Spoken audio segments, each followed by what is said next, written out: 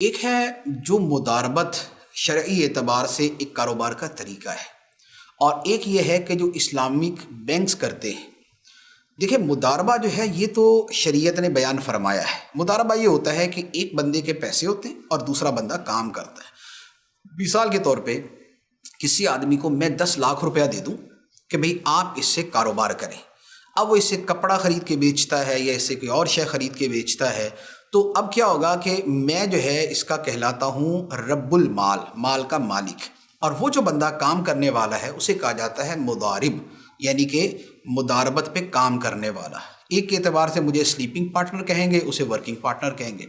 تو یہ تو شریعت کے اندر جائز ہے۔ پھر اس کی شرائط ہیں۔ اس کی شرائط میں سے جیسے یہ ہے کہ جو نفع ہے وہ تو جو آپس میں طے کر لیں، مثلا طے کر لیا 50% میرا نفع 50% تمہارا ہوگا، ٹھیک۔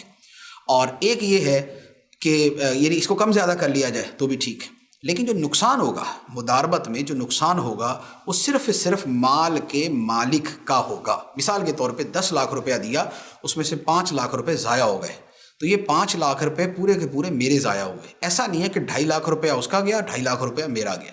یہ تو ہے مداربت۔ اب رہا کہ اسلامک بینکنگ کے اندر جو مداربت کی جاتی ہے وہ کیا ہے، تو دیکھیں اس کا دار و مدار اسپیسیفک کیس کے اوپر ہوتا ہے۔ کون سا بینک کس اعتبار سے مداربت کرتا ہے، تو وہ تو جو مداربہ ایگریمنٹ ہوتا ہے وہ سامنے ہو اور اس کو دیکھا جائے، اور پھر اس کے بعد یہ دیکھنا ہوتا ہے کہ عملی طور پر بھی ایسا ہی ہو رہا ہے یا نہیں۔ پتہ یہ چلے کہ مثلا ہم نے بینک میں پیسے جمع کروائے 10 لاکھ روپے، ہم نے دیے مداربہ کے طور پہ اور انہوں نے آگے دے دیے سود کے اوپر۔